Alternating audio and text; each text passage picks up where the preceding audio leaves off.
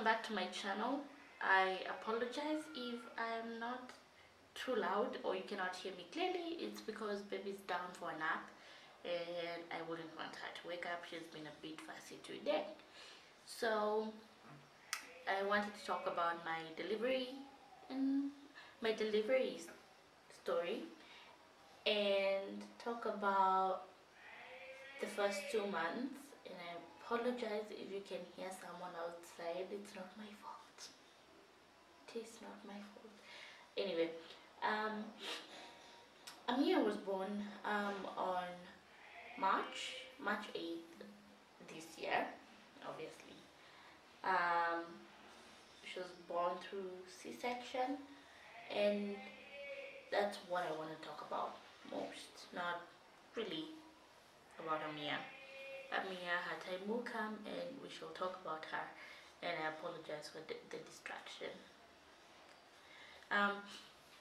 So my due date was on the 27th of February, but after my doctor's visit, my cervix wasn't opening up, so we had to wait for an extra week just to see if anything would change, and nothing changed. So after a week, that's on 8th, I went in, booked my appointment. Weird neighbor. I went to my doctor and we had a scan just to see how baby was doing. Baby was fine, but baby was big. And if you know me, I'm 5'2" with a size 3 foot, size 4 now because pregnancy happened. So there's that to consider, and there's also the fact that I have a family history of cervix is not opening up, and my mom hadn't told me, so I wasn't aware of it. After going out of breath, I've not been here for a long time, so this is quite odd to me, and the hairline isn't cooperating anyway. Went in to the doctor, got a scan, was told baby was 4.2 according to the scan, and my doctor wasn't sure I could push such a huge child because she was big. And so we scheduled for a C-section. Initially we had thought of induction, but after listening to my mom, I wasn't going to endure pain, and then most likely would have ended up in surgery, so we just went to the C-section. So I went back home. I shall insert a clip somewhere. Thoughts? Happiness. Happiness? Yep. Hannah? Yeah. Excitement. Are you Happy, excited? I'm excited. As you can see, I'll be the bougie auntie. So. I'm the rich one. And I am the one going under the knife, so. Okay. Went back home, packed my bag, and went to the hospital. And when I delivered at Avenue, amazing service, amazing nurses, amazing doctors, amazing midwives. But the thing is, or something they don't tell you, is when you deliver, milk doesn't come, and that's the most frustrating thing that I think I had to endure. For the first four days after delivery, I had no milk at all. Baby was on none, like once a day. I'm sorry for if you hear noise. I think the caretaker is taking care of the building. Baby was on none, and so I thought I'd be one of those moms whose milk never comes in, and I'd be forced to feed her with none. And I felt so bad because I wanted the whole experience. First, I didn't deliver vaginally, so that made me feel like I was failing at something, which later I came and I will not forget.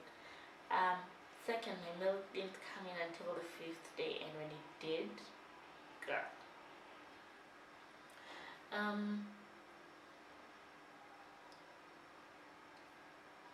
I think the most amazing out of all that, this this video is everywhere. Anyway, back to the hospital. We got there at around 3, and we started the admission process. I was looking for the word in my head. The admission process, it took a few minutes. Then I had to be monitored. Baby had to be monitored for like an hour. I remember just blacking out and being woken up by the nurse telling me, "Oh, it's okay now. You can go to your bed." And this entire time, it's me, my husband, and my best friend Hannah. Girl, I could have sworn this pregnancy was hers. I was just carrying it because she was there throughout. At around 7, okay, my doctor got there late, so my surgery was moved to 9. And into the theater, I actually walked myself to the bed and was carried into the theater. For someone who's never had surgery, I kind of was excited, and I was hoping I could watch the whole process, but they don't allow it. Plus, they don't allow the husband into the theater until they do. Still a mystery what they do down here. So we went into the theater at 9. I got an epidural. That means I was numb from waist down, so I couldn't feel nothing, and they did some very weird things that I don't feel like I'm comfortable talking about just yet. Truth is, some people say that they feel when the baby is yanked out. I didn't. It feels like a pressure, then for some reason there's nothing. Like you feel like something is sitting on you, then for the moment the baby is yanked out, you don't feel, you just feel relaxed. Thing is, so after she was removed, everyone in the theater, I had people gasp at how big she was. When she cried, I cried. I didn't think I'd be that emotional. I'd be the emotional kind of mom, but I am. So, when you get a CS, you don't get skin to skin. You just get, okay, yeah. When it's normal delivery, they bring the baby here. For CS, they just touch you, let you touch her for a few minutes, then she's taken away, cleaned, and taken to the nursery. I did see her, but my husband got a better view of her on the first day, and we didn't get photos of the first day. We got photos on the second day. Now, let's talk about the morning after the surgery, because Lord knows it's not the best. And if you're watching and you've delivered via C-section, you know the morning after is hell. To put it simple, the pain feels like 1,000 razors just going through your skin when you first stand up, and you have to. It's for your own good. You have to. For me, it made healing faster, because on the second day I was moving around. I was not like jumping and hoping and skipping around, no, but it was better. And 2 months down the line, I don't feel any pain on my wound. My wound is completely healed. Just a few nerves that are yet to go back into place, I think. So yeah, second day, baby is brought.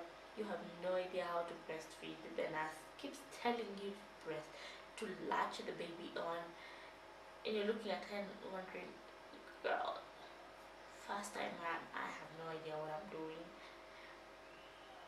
But with time I think I got the hang of it. But when I got the hang of it, there was nothing. Like, it was just dryness. Just dryness. I had no idea what to do with myself. I felt like I was killing my child, or my child would die because I have no milk. So I was given tablets to trigger my milk supply because I think her latching wasn't strong enough, or her sucking wasn't strong enough to trigger the milk glands. Anyway, fast forward to like when you get home. Note that I am a stay-at-home mom. I chose to be a stay-at-home mom because I just prefer raising her myself. House helps are local. So it's just me and her most of the time. She's quite a peaceful child, and I prayed about it a lot. When I was pregnant, I didn't want a baby that would keep the neighbors up, would keep us up. Even if she does keep me up sometimes, she's not crying, she's just there looking at me. We're looking at each other, sometimes just watch movies till 5. Okay, I'm lying. She'll be up for like 2 hours, then that's it. And she's up. So yeah, she's quite peaceful. I'm learning to embrace my new body. It's taking some getting used to. When you go from a size 2 to almost a size 8, it kind of fucks up with your head, and no matter what anyone says, you can't get to be comfortable with yourself. But I'm learning and I'm embracing the new body. I love the curves, I don't love the stomach, but it took 9 months to make a baby, so it won't take 2 months to get back to normal. So I don't want to make this video too long, so I love you guys, and I will see you next week. Bye.